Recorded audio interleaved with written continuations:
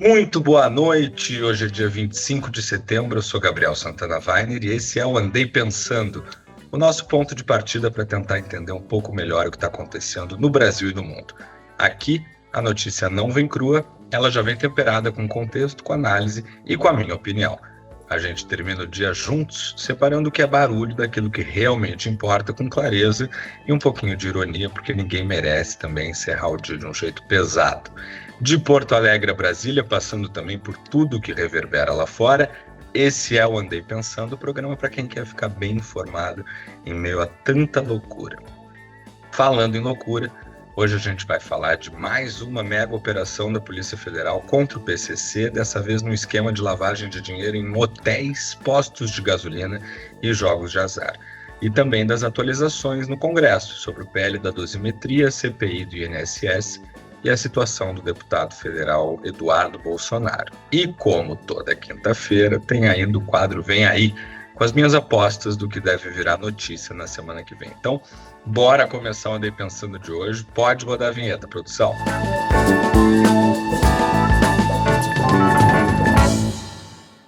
Bom, o Ministério Público e a Receita Federal deflagraram hoje a Operação SPARE para combater mais um esquema colossal de lavagem de dinheiro do PCC. É um esquema que começa na gasolina adulterada e termina num iate de 23 metros, passando por motéis, lojas de franquia, empreendimentos imobiliários e até uma Lamborghini. Segundo as investigações, mais de 260 postos movimentaram 4 bilhões com B de bola e meio de reais entre 2020 e 2024, mas pagaram só 4,5 milhões em impostos federais. Isso é 1/10 de 1%, muito abaixo, né, da média do setor. Para chegar nesses números, o grupo usava empresas de fachada, laranjas e até retificações fraudulentas de declaração de imposto de renda, tentando dar um ar de legalidade assim, a patrimônio que simplesmente não tem origem. Na verdade, tem origem, né? A gente sabe bem qual é. A gente fala de PCC e pensa em presídio, arma, tráfico, mas o coração do negócio está aí, no posto de gasolina, no motel ali de beira de estrada, na rede de lojas populares que você frequenta sem saber. É o crime organizado se confundindo então com a economia formal do país, aproveitando brechas na fiscalização, aproveitando empresários corruptos, aproveitando políticos criminosos e contadores criativos dispostos a fazer vista grossa. A operação de hoje é mais um passo importante, mas também é um alerta, né? Enquanto a gente olhar para o crime só como problema de segurança pública, sem enxergar a corrupção econômica que alimenta essa máquina, a gente vai seguir enxugando gelo. E depois de ver a PEC da blindagem ser enterrada no Senado, o Eduardo Bolsonaro saiu atirando. Ele disse nas redes sociais que o Senado impediu a criação de mecanismos de proteção contra um judiciário corrupto e aparelhado. O detalhe é que até os aliados do pai dele votaram contra a PEC, como o senador Rogério Marinho, foi ex-ministro, né, de Bolsonaro. Ele considerou a proposta um remédio que virou veneno. A gente sabe que a diferença está sempre na dose, né? E não é só a PEC da blindagem. O Eduardo também tem batido de frente com o relator do PL da dosimetria, o deputado Paulinho da Força, cobrando uma anistia ampla para o pai dele e para todos os condenados pelo 8 de janeiro. O problema é que esse texto está perdendo fôlego na Câmara. Se chegar ao Senado, pode ter o mesmo destino da PEC da blindagem, mas já já a gente fala um pouquinho mais disso. Nessa briga, o Eduardo conseguiu se isolar até dentro de casa. O próprio Jair Bolsonaro, que está em prisão domiciliar, anda dizendo para aliados que o filho está falando demais e se prejudicando a cada declaração, que é óbvio, né? Até as pedras do caminho conseguem entender isso. O Flávio, irmão dele, que é senador, já tentou intervir, pedindo que ele mude um pouco o tom, mas o racha está ficando evidente. Inclusive, recentemente, Paulo Figueiredo, aquele jornalista que tem ajudado o Eduardo Bolsonaro lá nos Estados Unidos a sabotar o Brasil, falou numa live que o Bolsonaro, o pai, é conhecido como o Rei Caracu, uma maneira pouco lisonjeira de criticar os acordos que o ex-presidente fez durante seu mandato, em que os inimigos dele entrariam com a cara e ele entraria com o resto, né? Fica subentendido. Mesmo assim, o Eduardo dobrou as apostas e disse que se o pai dele não puder disputar em 2026, ele vai ser candidato à presidência da República, presidente EAD, né, lá nos Estados Unidos. O problema é que ele mesmo pode perder já o mandato que ele tem hoje de deputado federal, porque ele acumula faltas por estar vivendo nos Estados Unidos desde o início do ano e responde a um processo no Conselho de Ética que pode cassar o mandato dele também por ter atuado para conseguir as sanções estrangeiras contra as autoridades brasileiras, que é uma coisa que ele próprio admite nas suas redes sociais. No fim, a trajetória do Eduardo Bolsonaro virou meio que um paradoxo, então, porque quanto mais ele grita contra o sistema, mais o sistema se fecha contra ele, e até o pai dele começa a pedir para que ele fique em silêncio. Em Brasília, a Câmara dos Deputados parece não ter aprendido nada com o vexame da PEC da blindagem, né? Aquela proposta que colocava parlamentares acima da lei, que foi enterrada ontem no Senado Federal. Agora o clima é de apreensão com o chamado PL da dosimetria, que é uma versão mais disfarçada da aparentemente falecida anistia ampla, geral e restrita. O texto, relatado pelo deputado Paulinho da Força, como eu falei agora há pouco, prevê redução de até 11 anos nas penas dos condenados pelos atos de vandalismo do 8 de janeiro, incluindo o próprio ex-presidente Bolsonaro, que hoje tem 27 anos de condenação, mas não é um perdão, né? O problema é que o projeto já nasceu fatiado, então uma parte da Câmara ainda insiste nessa anistia geral, e outra, aparentemente maior, defende só a redução de penas como uma nova dosimetria feita pelo Supremo. E para piorar, o Senado já demonstra distância, como fez na PEC da blindagem, e o clima político ficou ainda mais ácido, né, depois das sanções dos Estados Unidos contra mais autoridades brasileiras, incluindo a esposa do ministro Alexandre de Moraes.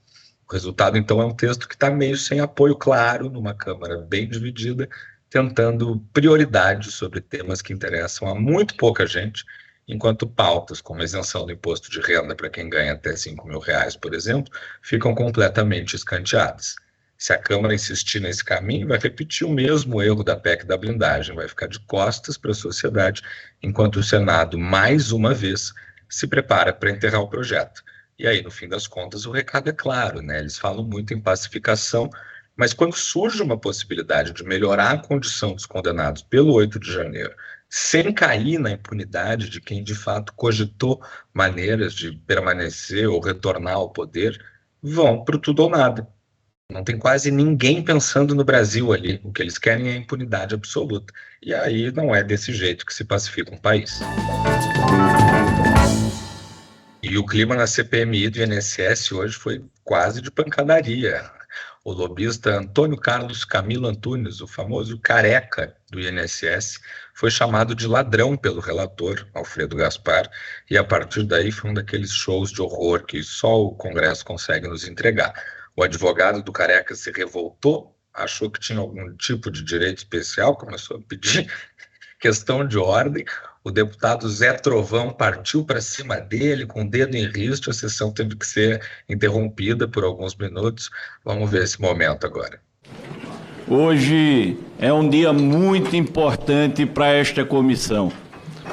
Relatado pela Polícia Federal, está presente aqui o autor do maior roubo aos aposentados e pensionistas da história do Brasil. Senhor presidente, pela ordem. Senhor presidente, Pela ordem. autor do maior roubo da história do Brasil. Eu não estou pedindo para falar. Eu não estou pedindo autorização para falar. Mas aqui você... Presidente, estamos diante de um autor do maior roubo. Pode falar pela ordem para uma intervenção sumária.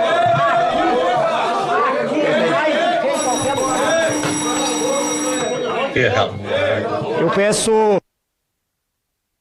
Não, você é advogado, aqui quem preside os trabalhos sou eu.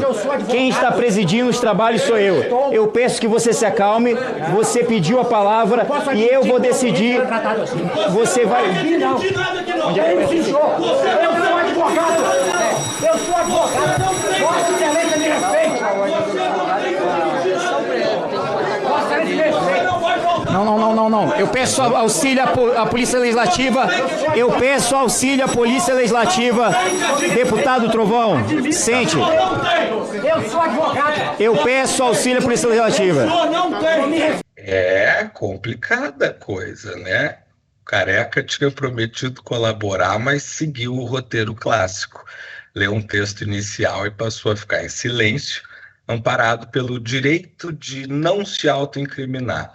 Ele é um personagem chave de um esquema que é apontado como o maior roubo de aposentados da história do país. Descontos indevidos em benefícios do INSS de velhinhos, com prejuízo bilionário. E é impressionante a cara de pau desse advogado, que está dentro de uma comissão no Congresso Nacional, onde ele não tem nenhum tipo de mandato, ele está ali como advogado de uma pessoa que está presa, inclusive. O Careca do INSS não é exatamente um homem inocente, e o parlamentar tem a sua imunidade ali para dizer o que ele quiser. É muito impressionante o advogado dizer que não está pedindo licença. Claro que tem que pedir licença, está dentro do parlamento, que loucura é essa? Bom, mais cedo, na mesma reunião, a CPMI aprovou o pedido de prisão preventiva do advogado Nelson Williams, aquele do Instagram, conhecido por mostrar bastante da sua vida abastada. E ele é suspeito de ser um dos cérebros financeiros desse esquema. O Supremo já tinha negado a prisão monocraticamente, mas os parlamentares alegam que ele continua obstruindo as investigações. Além disso, foram aprovadas quebras de sigilo e uma série de novas convocações, ampliando o cerco sobre uma rede que, ao que tudo indica, não é só criminosa, ela é também política e empresarial. Então, o que fica claro é que essa não é uma fraude simples, uma fraude qualquer, é um sistema organizado que rouba os mais vulneráveis, os aposentados, enquanto se protege atrás de nomes poderosos e advogados influentes. O bate-boca de hoje foi só a parte visível, né, de um escândalo que pode ser muito maior. E chegou a hora do Vem Aí, o quadro de toda quinta-feira, onde eu trago para vocês a minha aposta do que vai estar no topo do noticiário na semana que vem. Pelo que a gente viu essa semana, os próximos dias vão ser de temperatura máxima na CPMI do INSS, né? Depois do bate-boca, dedo em riste e uma sessão suspensa, a comissão volta a se reunir e pode avançar na investigação desse, que é o maior roubo de aposentados do Brasil, com direito a pedidos de prisão e novas convocações. No Congresso, o PL da dosimetria segue patinando, né? O texto prevê aí redução de pena para os golpistas do 8 de janeiro, vem perdendo apoio a cada dia e já existe até o temor de que tenha o mesmo destino da PEC da blindagem, que é um enterro rápido no Senado. Mas a gente vive em Saramandaia, né? E tudo sempre pode mudar. E na diplomacia, claro, a expectativa é sobre um contato direto entre o presidente Lula e o presidente americano Donald Trump. Depois de troca de afagos ali na ONU, o mundo político agora espera uma conversa sobre as tarifas que estão pressionando a economia brasileira. É um diálogo que pode definir muito mais do que a relação entre os dois presidentes. E com essa a gente encerra o Bem Pensando de hoje. Eu sou Gabriel Santana Weiner, foi um prazer fechar o dia com vocês. Além do Bem Pensando, eu também dou os meus pitacos no timeline da Rádio Gaúcha e em outros espaços. Me segue lá no Instagram, @GabrielSWeiner, que na minha bio você descobre onde me encontrar. Boa noite para vocês e até a semana que vem.